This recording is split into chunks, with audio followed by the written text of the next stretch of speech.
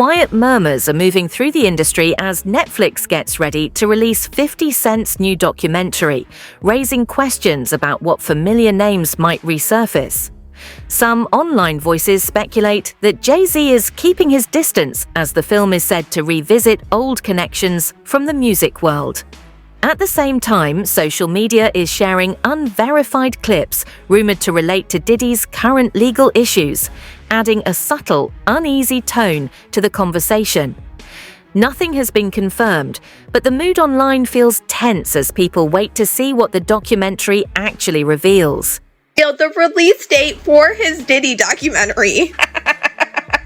Sean Combs' The Reckoning is hitting Netflix on December 2nd. 50 Cent captioned it, "They said I was capping. What happened?" And it's been so long at this point, I thought maybe he was really just joking and this documentary wasn't happening, but obviously I was wrong. Because this is actually official. Not only is 50 Cent just posting this, so he's not trolling, it's being confirmed by multiple media outlets. And I have a feeling right now Diddy is sweating about what 50 Cent is about to put in this documentary. You know, 50 Cent's connection when it came to the Diddy trial. Not only that, we cannot forget during this Diddy trial, it was alleged that Diddy wanted to off 50 Cent. 50 Cent stays trolling Diddy, so I am afraid that he is probably about to drag Diddy for filth in this documentary. It's about to be so bad. This is going to be a documentary that I'm going to watch just because I want to see how 50 Cent actually puts together this documentary. 50 Cent has finally announced the release date for his long-teased documentary Sean Combs, The Reckoning, set to hit Netflix on December 2nd, and he marked the reveal with a pointed caption, "They said I was capping. What happened?" For a while, it almost seemed like the project might never surface, but now multiple outlets are confirming it's officially on the way. With the documentary stirring fresh curiosity online, some observers believe Diddy may be uneasy about how 50 Cent will frame past industry tensions and publicly known disputes between them. Given their long history of trolling and rivalry, fans are expecting 50 Cent to take a sharp, unapologetic approach in telling this story. I'm genuinely interested to see how he assembles the narrative and what direction the film ultimately takes. In particular, Netflix docuseries that you've been working on. Did he do it? Right. You've been saying for years that you feel you knew Diddy's character. Right. Yet you said you weren't a part of that lifestyle. You weren't going to the parties. So what makes you so absolutely sure that these kinds of allegations that we've seen against him are true? Well, I'm surprised by the allegations, as surprised as everyone else is. Like, I didn't make the allegations. I didn't tell people to say these things. It comes out, I see it in the news like everyone else. But I did feel uncomfortable with the way you represent the idea of going to these projects. So come party with me. Yeah. And then that swayed me away from it. Just that alone. So you didn't realize as much stuff was coming. Like when I seen today, it was allegations of 3 men that said he drugged them and it's a long time, to be honest with you. Like when people don't remember being violated for 20 years, it makes me feel a little hard. What are your thoughts on the allegations against Jay-Z? That was interesting. When I was saying things, not knowing exactly what I was saying, but I was going with like, where's Jay at? He's mad quiet. Like while the Puffy thing was going on. But it's obvious now that his team was being made aware that he was in those allegations also. You know, so I hope it works out, because with his family, the things that go on internally is... After Diddy's arrest in September 2024, online discussions reignited when 50 Cent claimed he was collaborating with Netflix on a documentary intended to explore long-standing rumors and unanswered questions surrounding the music mogul. According to widespread speculation, 50 Cent has spent years gathering stories, accounts, and industry whispers, with some fans suggesting he intends to shed light on behind-the-scenes dynamics that have circulated for decades. None of these claims have been verified, but the idea of a project built on 2 decades of personal observation has fueled curiosity, with many wondering what narrative 50 Cent plans to unveil and how deeply he'll dive into the myth and mystery surrounding their complicated history. allegations, this time from a man in Florida. According to ABC News, investigators in L.A. received a report from a police department in Florida where the alleged victim lives, and now they are working on the case. Eyewitness News anchor Mike Marza in the newsroom with the very latest details. Mike. Well, David, here's what we know. The new allegations of sexual assault against Sean Diddy Combs come from a music producer who went to police in Florida, but the alleged crimes happened in Los Angeles. Jonathan Hay is his name. That's the person who filed the complaint, and he's one of the John Does that filed a civil lawsuit against Combs in July. The first alleged incident was in September of 2020 in L.A. Hay alleging that Combs performed sex acts in front of him and asked for oral sex. In a second incident, in 2021, Hay claims that C.J. Wallace, the son of the rapper Notorious B.I.G., took him to a location where two men put something over his head, he says, before Combs forced himself on Hay several times. Combs is currently serving out a sentence in Fort Dix, New Jersey, following his conviction earlier this year on two prostitution-related charges. Combs' representatives have not yet responded to this lawsuit. David? Thank you, Mike. 50 Cent has suggested that his upcoming docuseries won't center on current internet chatter, but will instead explore long-circulating rumors and long-term industry questions about how certain operations around Diddy were perceived to function. Online speculation even claims the material he's presenting may have drawn renewed attention from investigators, though none of this has been confirmed by authorities. What is clear is that the project is being promoted as a deeper look into decades of behind-the-scenes activity, adding another layer of intrigue to an already heated public discussion. Which is clearly damaging to him. Yeah, and I think there's like a famous quote from someone who was acquitted, and he said, all right, where do I go to get my reputation back? Right. I mean, social media was a light. Beyonce's next, Jay-Z's next, all the people in the inner circle is next. Yeah, and the problem is there are just so many pictures of the two of them partying together, and he clearly was at a lot of Diddy parties. How powerful was Jay-Z when you were doing business with him? Was he already a power player where if he wanted to ruin someone's life or make somebody a star, he could do it? I met Jay-Z and I signed to Rock Nation. I didn't want to drip myself in blood and cover myself and swim in goop, in black goop, and fucking like wear devil horns to fucking sell a record. That, all be a witch, all be that, all of that. These recent developments add to a long list of legal challenges surrounding Diddy, with over 100 civil cases reportedly in play. Speculation has naturally turned toward those close to him, including Jay-Z, who has long been described as one of his closest allies and confidants. Fans and commentators are now wondering whether any of the individuals involved in these cases might reveal previously unknown connections or behind-the-scenes details, heightening curiosity about what could emerge as the legal and public scrutiny continues.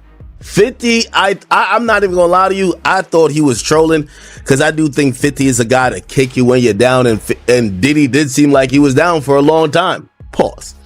And I thought 50 was just trying to kick his back in. It was clear that 50 wanted him to go to jail for a lengthy time, maybe for the rest of his life. And I've said personally, I really think that 50 wanted him to go to jail because he was fucking his baby moms. You get what I'm saying? And that's what that is. However, it looks like 50 wasn't playing around when he had announced from back in the day that, he was going to create at that time he called it the Diddy Do It doc. And he said he was going to do it and, all point intended, he said he was going to do the doc and put it out with Netflix. And it appears that he wasn't capping. Netflix has actually put out a press release. Variety and other outlets picked it up. And they have announced that there is a release date, December 2nd, which is the Netflix documentary series from the executive producer, Curtis 50 Cent Jackson.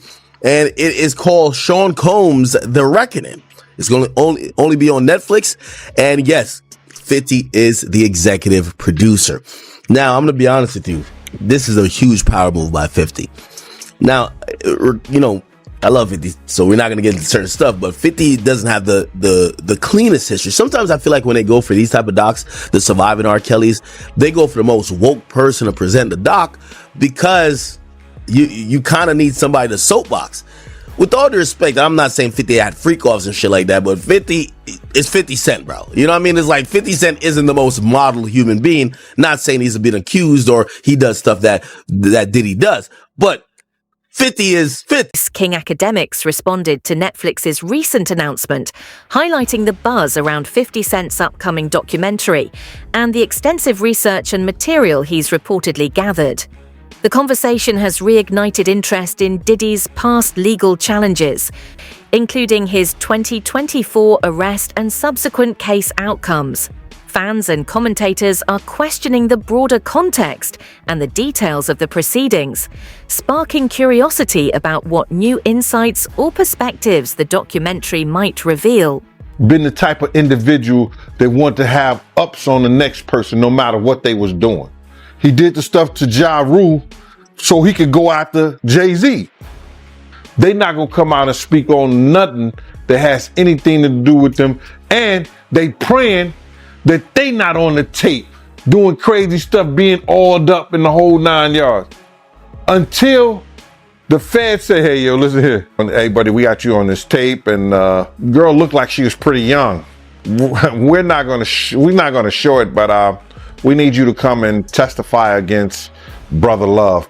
That's when they're gonna start talking. And they're not gonna be talking in his favor.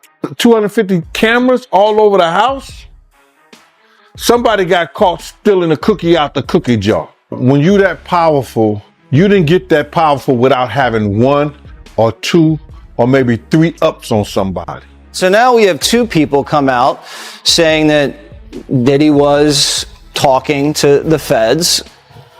Do you think that's true? Whether it's true or not, and he might have been cooperative in some way, shape, or form, you don't get away with human trafficking unless you give up John Gotti or something like that. And that's not what happened here. I can tell you, Jesse, that this investigation's been going on for a long time, very closely held by HSI, so much so that even some of the agents on the raid a week ago today didn't know whose house they were raiding until they got there. That's how closely held this investigation. Wow, because there could have been a tip. Absolutely. And there are allegations that he was paying law enforcement through his chief of security, which also happened to be Michael Jackson's chief of security. I don't know if I buy into that. You know, people in Diddy's situation like to have those involved in law enforcement close to them. But that doesn't mean they're taking payoffs. That doesn't mean they're doing big favors. They like that closeness. It's just like how Diddy was able to court Diageo or Estee Lauder. He was very successful in doing that, and that made him a lot of money and gave him credibility outside the hip-hop rap world. And that's what he was trying to do here, a lot like what Epstein did with very powerful political and Rumors and speculation have been swirling in the industry following the release of new material related to Diddy's past legal issues, sparking intense curiosity about who might appear in previously unseen footage. Observers are debating possible connections and the broader implications for those involved, while discussions online have focused on how cooperation with authorities can shape investigations and outcomes. With so many unanswered questions, fans are eager to see what the documentary uncovers and how it frames the complex history behind the headlines. That's a confidential informant. They'll let you do crimes long as you don't do no and stuff like that. They'll let you go around and pay you to protect them. You understand? To protect him. We had a lot of people on the payroll when we was doing security. Somebody might have this first 10 hours, that 10 hours, or whatever. He was paying law enforcement. He had a budget for law enforcement. Now, if something goes wrong, those people got friends in certain places. Then plus he tells his handler, yo, can you make this go away for me? I'll give you this and that. Now, that could be a lot of speculations or whatever like that. But why would you have or be working for an FBI agent if you're not an informant? Why? So when you got that kind of money, you could hire people to make a lot of things go away for you. Like you hire lawyers. Those lawyers have police officers and people working for them and investigators. Those investigators were former officers. So all of them in the backyard in Diddy bed together. Gene Deal has reportedly weighed in on the ongoing buzz, describing what he witnessed regarding Diddy's interactions with authorities. Speculation online suggests that Diddy's position within certain investigations may have shaped perceptions of his influence and safety within the industry. Observers are now debating how these dynamics could affect others connected to him, keeping fans on edge as they try to piece together the broader story behind the headlines and the upcoming documentary. Diddy Combs facing more time behind bars. His release date pushed back to June of 2028 instead of May of that same year. The news coming after reports of Combs drinking in prison, something he denies, after he was accepted into a rehab program in prison that could have reduced his sentence by up to a year. He's also been accused of making a prohibited three-way phone call from prison. Here to make sense of it all, NBC News entertainment correspondent Chloe Malas and defense attorney and friend to Top Story, Sarah Azari. Guys, thanks so much for being here, both of you. So, Chloe, I'm going to start with you. I'm being told you spoke to Combs' rep earlier. What did you learn about this issue? Sure. So, Combs' representative, Judah Engelmeyer, telling me by phone earlier today, Tom, that yes, a three-way call was made between one of Combs' lawyers, who did bring in another person on that call with Combs while he has been at Fort Dix, but that there was nothing improper about it. But again, that is not something that you were supposed to do at all. So those lawyers should have known better. As for drinking, he doubled down and said that Combs was not drinking and that, in fact, he's been admitted into this very specialized rehab program that Fort Dix offers is actually going to potentially lower his sentence. Yeah. He could be released earlier because of that. So they're saying he's done nothing wrong and that any reports that he has been drinking is completely not true. Sean Diddy Combs is setting the record straight about his life behind bars, following a report that said the rap mogul, who is serving a 4-year sentence for 2 prostitution-related convictions, was caught drinking homemade alcohol in prison. His spokesperson emphatically denies the allegation, telling People magazine in a statement published November 9th, "There have been several false and reckless reports circulating about Mr. Combs. He has not violated any prison rules. His sobriety and self-discipline are priorities, and he is taking them seriously." The 56-year-old was recently transferred to a low-security correctional facility in New Jersey after spending over a year at the Metropolitan Detention Center in Brooklyn. At the new institution, he was alleged to have created a mixture of Fanta, sugar, and apples, which ferments into alcohol after 2 weeks, TMZ reported. The spokesperson continues, "This is only his first week at FCI Fort Dix, and unfortunately, rumors will surface throughout his time there. We ask the public and press to give him the benefit of the doubt, the privacy to focus on his personal growth, and the grace to move forward in peace." Speculation is swirling online about Diddy's potential early release, with recent reports suggesting that discussions around a presidential pardon could be underway.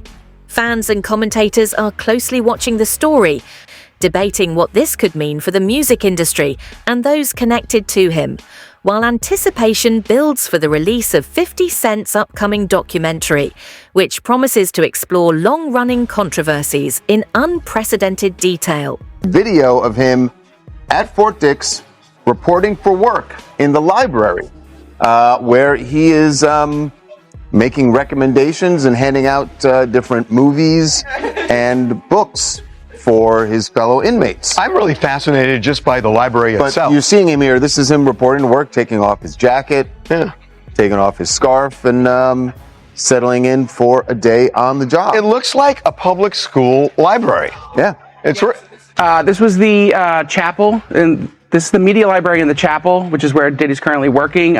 He's working in a Life Connections program, which is an 18-month program that helps rehab people, get them closer to spirituality, to charity groups, and with that, it will shorten his sentence. But in this media library, he helps inmates with religious material, rent out movies, that kind of stuff. You see him pushing a really cart interesting with a TV on it. Yeah, I mean, he was in the laundry room when he first got there.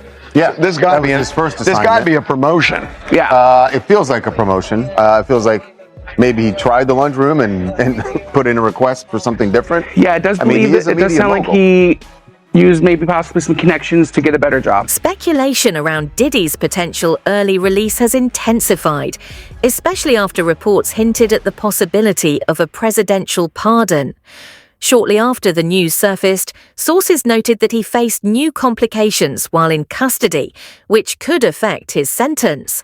The developments have only heightened public interest, and fans are eagerly anticipating 50 Cent's upcoming documentary, which promises to delve into behind-the-scenes dynamics and long-running controversies within the music industry. Next Voice, Next Voice.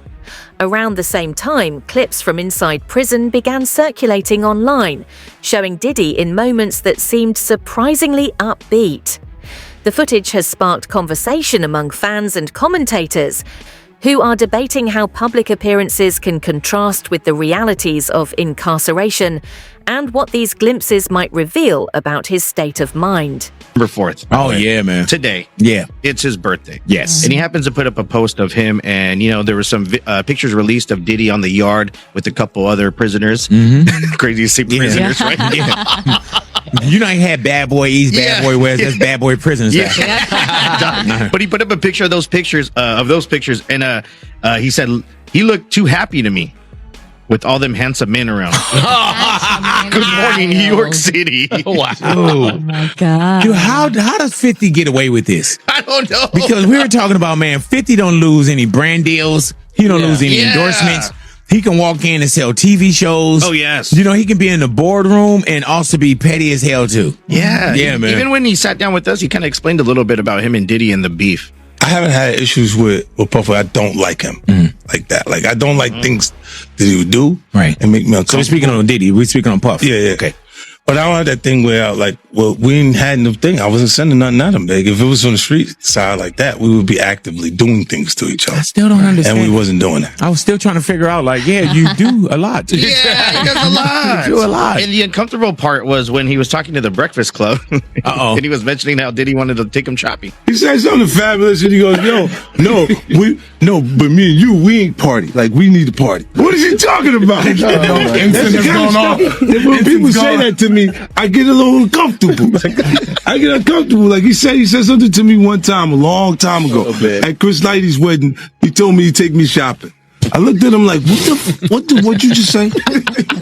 Let me move, man, before I do something. You're gonna make me mess up the wedding. Oh, that's a nice gesture. Let me get out of no, dude, you take me. That's what a guy says to a girl. Hey, dude, that sounds like something Mariano would say. Yeah, that's a nice gesture. Like, no, you don't. Crazy. You don't say I'm going to take you shopping. What's crazy, it's not the first time any artist has said that about taking him shopping. Really though? Yeah, I've heard it from other artists who've been like, about Diddy taking him shopping? Diddy saying take him shopping. Yeah, After the footage surfaced, 50 Cent quickly weighed in with his trademark humor, poking fun at the surprising energy Diddy seemed to exude. Fans and commentators have been sharing reactions, highlighting how 50 Cent's commentary adds a layer of entertainment and intrigue to the ongoing conversation surrounding the prison clips. Next Voice 50 Cent has been vocal throughout Diddy's legal proceedings, using social media and public commentary to express his strong opinions.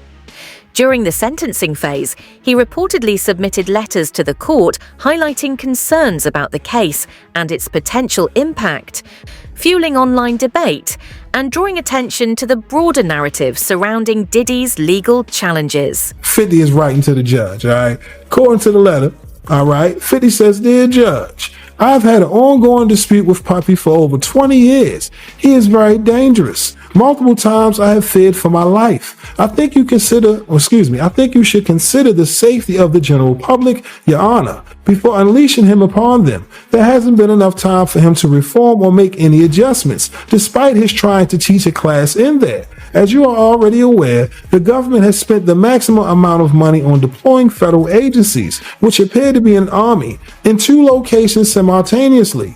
Later, his son, who's dealing with his own rape allegations, claimed that the feds had hit the wrong house. Anyway, Diddy's only going to return to hiring more male ex-workers and keeping most of the baby oil away from the general public. And babies need it.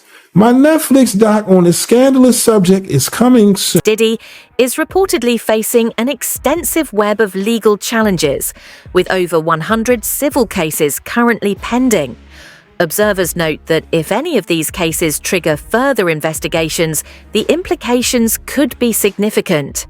As more information emerges and additional voices come forward, what initially appeared to be isolated incidents could start to reveal broader patterns, fueling public curiosity about the full scope of events and how they might be portrayed in upcoming media coverage. He saw Justin Bieber on this tape and he appeared to be underage during this time. He also saw Usher on these tapes and Usher definitely appeared to be underage. And this one gave me the chills because we've heard that Usher is the one that sent Justin Bieber to Diddy. Courtney Burgess sat down with the Too Strong channel here on YouTube and started naming some of the celebrities that he saw on these tapes. Were kids involved in these parties that you can verify from looking at the tapes? If Justin Bieber was older than he's supposed to have been, yes. If Usher was older, well, Usher was definitely young. Okay. You understand? They showed the part with his, the blood was all in his bed. You understand?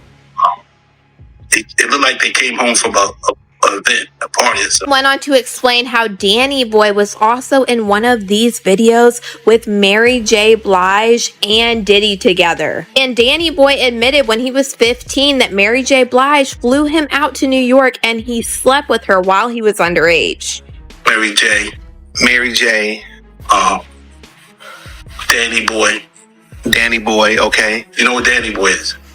I heard that before. I don't, I've been so far away from hip hop, I forgot, but I have heard that name, Danny Boy. Danny Boy back then, he looked like he was about 16. They both was about.